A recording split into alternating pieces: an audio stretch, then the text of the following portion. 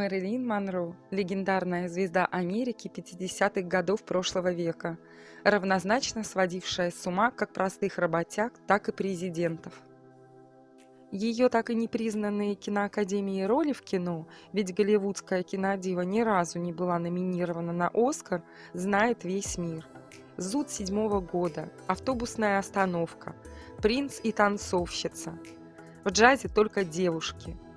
Жизнь, творчество и загадочная смерть самой непревзойденной блондинки эпохи и сегодня интересует ее многочисленных поклонников. Если хоть у одной голливудской звезды и было детство, о котором не хочется вспоминать, то это именно Мэрилин Монро, рожденная 1 июня 1926 года в приюте при больнице Лос-Анджелеса. Она за всю жизнь так и не узнала доподлинно, кто был ее родным отцом. Новоиспеченная мать Глэдис Перл Монро назвала дочку Нормой Джин, а отцом записала своего второго мужа, Мартина Мортенсона, от которого ушла еще до того, как узнала о беременности. В некоторых источниках родителем значится первый супруг Глэдис, Джон Нейтан Бейкер, но с ним мать новорожденной к этому времени была давно разведена. При крещении Норма получила его фамилию. В дальнейшем возникла еще одна версия отцовства, неоднократно озвучиваемая матерью Нормы. Та утверждала, что родила ее от Чарльза Стэнли Гиффорда, недолгий роман с которым у нее случился во время работы в кинокомпании Consolidated Film. Но такие заявления никто не воспринимал всерьез, поскольку у Глэдис начала прогрессировать наследственная болезнь, из-за которой она все чаще находилась на лечении в психиатрической больнице. Женщина опасалась за свое ментальное здоровье, так как считала, что унаследовала дурные гены отца, Отиса Монро. Когда умер отец, ее мать Дела Монро объявила его душевно больным. На самом деле мужчина скончался из-за сифилиса мозга, который подхватил, пока работал в Мексике в антисанитарных условиях. После смерти мужа Дела вела весьма фривольную жизнь, пренебрегала родительскими обязанностями. Глэдис унаследовала похожее отношение к семейной жизни и родительству. За первого мужа она вышла в 14 лет, ему было 26.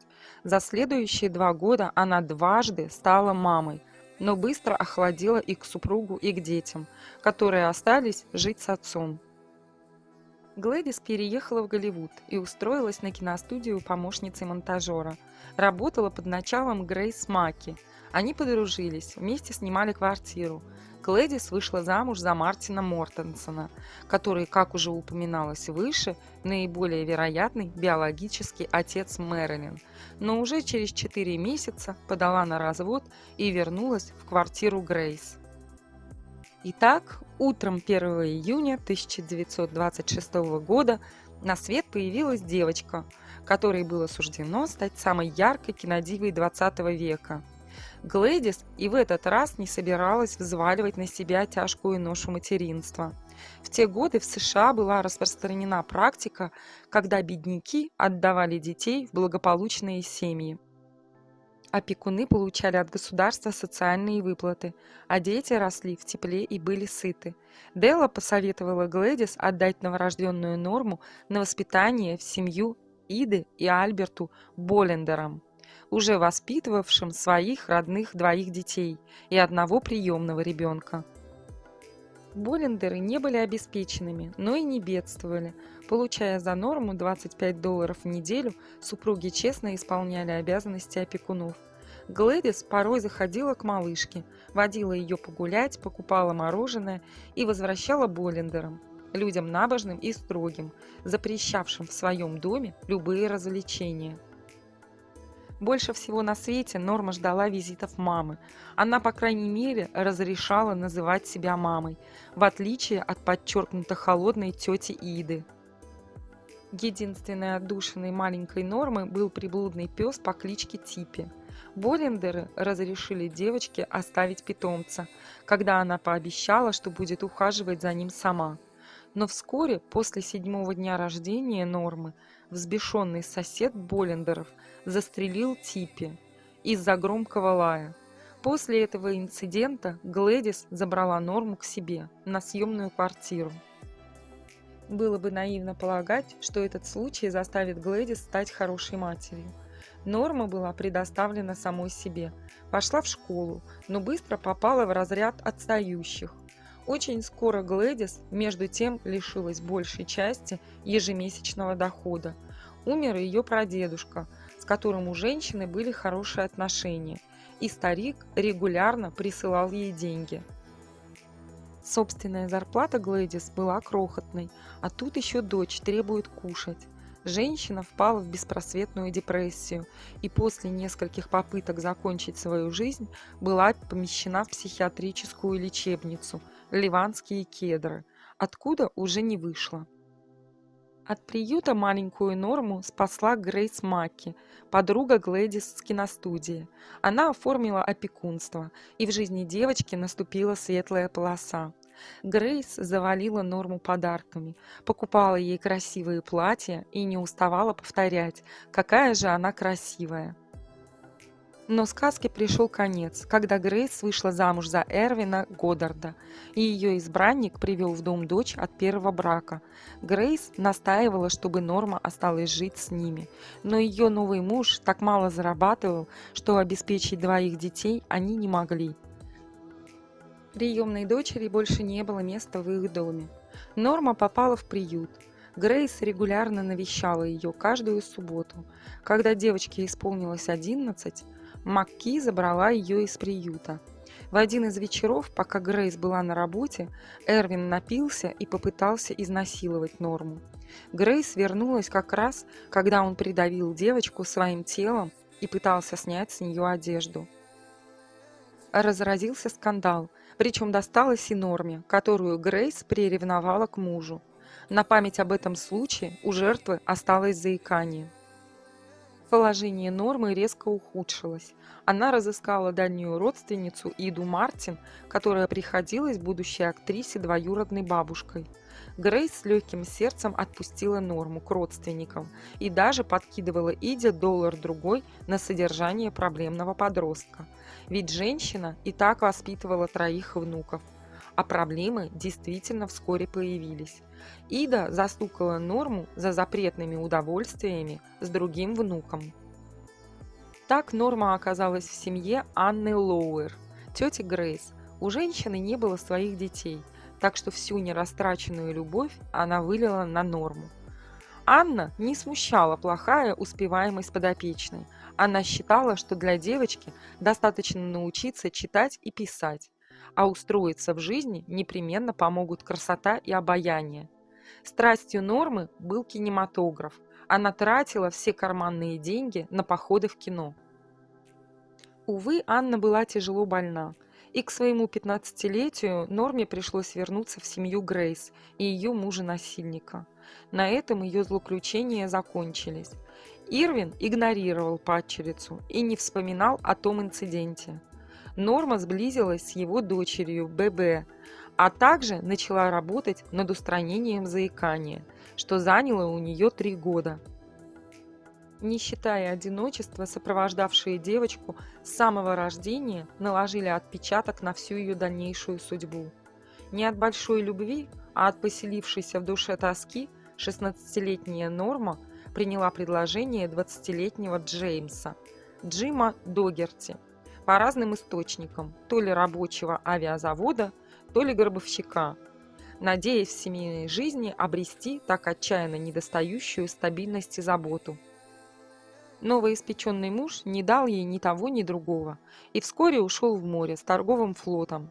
Америка воевала, и Норма, так и не окончив школу, устроилась на авиационный завод, в основном потому, что он был рядом с домом. В 1944 году на завод приехал военный фоторепортер Дэвид Кановер, снимавший серию воодушевляющих кадров для военного журнала, и он в корне изменил серую жизнь сироты. Пораженный сексуальным магнетизмом очаровательной простушки, фотограф заплатил ей $5 за час позирования. Фотографии он разослал по модельным агентствам, и вскоре Норма украшала собой обложки многочисленных журналов. В 1946 год принес ей первый контракт с киностудией «20 век Фокс». Развод с Догерти, полную смену облика и имени. Норма стала Мэрилин. Из прошлой жизни осталась лишь девичья фамилия матери – Монро. Роскошная платиновая блондинка с неподражаемой улыбкой и манящим взглядом снималась в своих первых эпизодических ролях. Фильмы откровенно слабые, проходящие, но начинающая актриса радовалась каждой возможности поучиться актерскому мастерству.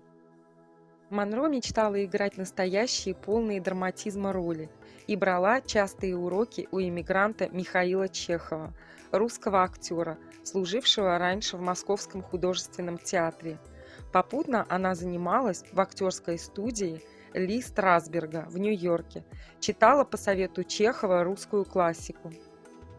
Увы, режиссеры нещадно эксплуатировали образ недалекой, но притягательной секс-бомбы, и Мэрилин снялась в «Любовном гнездышке» 1951 года, «Столкновении в ночи» 1952 года, «Ниагаре» 1953 года.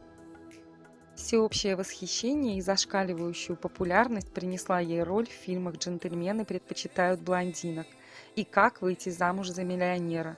Оба сняты в 1953 году.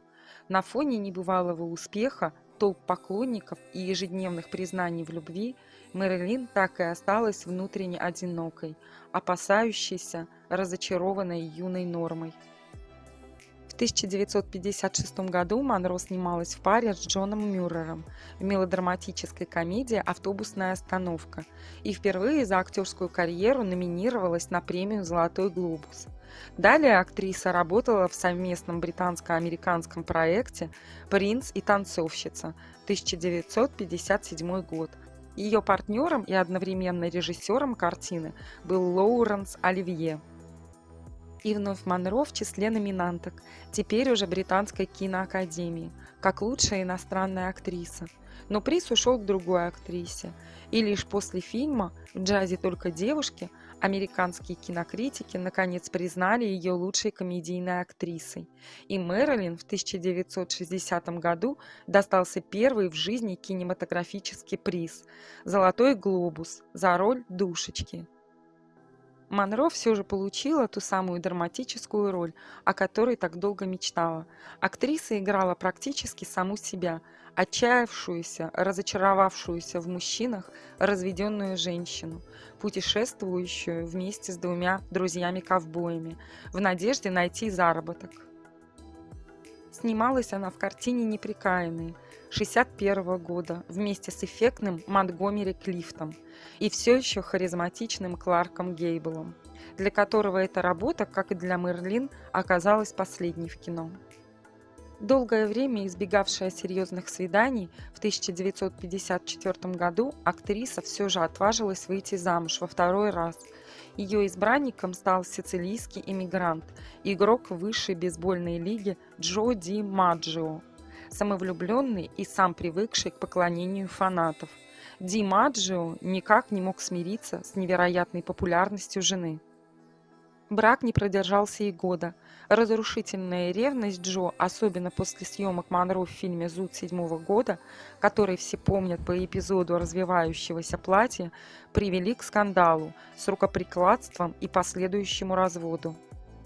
В 1956 году актриса в третий раз вышла замуж за драматурга и признанного в Америке интеллектуала Артура Миллера. Их взаимный интерес возник гораздо раньше. Тем не менее, серьезные отношения завязались лишь когда Мэрилин развелась с Ди Маджио, а брак Миллера дышал на ладан. Церемония бракосочетания была скромной, в числе приглашенных только родственники и близкие друзья.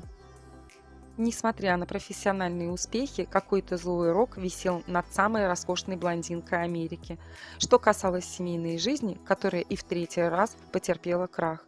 Все мужчины, с которыми Мэрилин Монро официально решалась связать свою судьбу, до свадьбы практически боготворили свою избранницу. Как только же становились мужьями, словно забывали, с какой женщиной живут, и всеми силами пытались переделать ее под себя, сделать из Мэрилин обычную земную женщину. В Третий развод в 1961 году вверг Мэрилин в отчаянную депрессию. Не получилось у нее создать крепкую и счастливую семью, о которой она мечтала с детства. Остается кино, любовь публики, мимолетные романы и алкоголь, которым она запивала снотворное. 29 мая 1962 года Америка праздновала 45-летие самого молодого президента Джона Кеннеди. Прекрасная женщина со сцены поздравляла своего любимого и, как она думает, любящего мужчину. Скоро сбудется ее самая заветная мечта. У нее будет самая чудесная семья. Она станет самой неповторимой первой леди Соединенных Штатов. Такие мысли и даже высказывания приписывали Мэрилин Монро, перед чьим обаянием, сексуальностью и искренностью не устоял даже президент страны. Как было на самом деле? Непосредственные участники, разворачивающиеся в те дни драмы, уже не расскажут. Можно лишь догадываться, какие бури бушевали в душе Жаклин Кеннеди, официальной жены президента.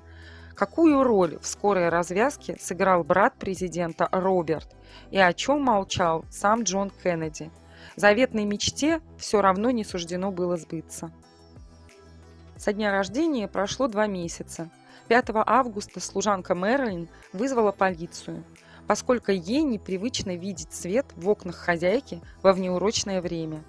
Полиция нашла актрису в спальне с телефонной трубкой в руках и зафиксировала ее смерть.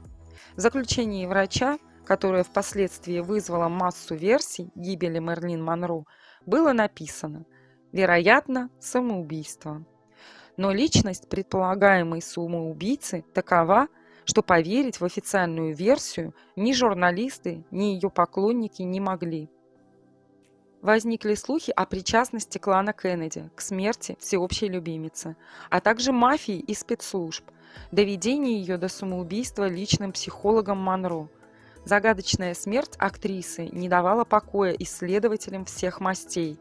Они писали книги, снимали кинофильмы. В возрасте всего лишь 36 лет талантливая и прекрасная Мэрилин Монро ушла из жизни.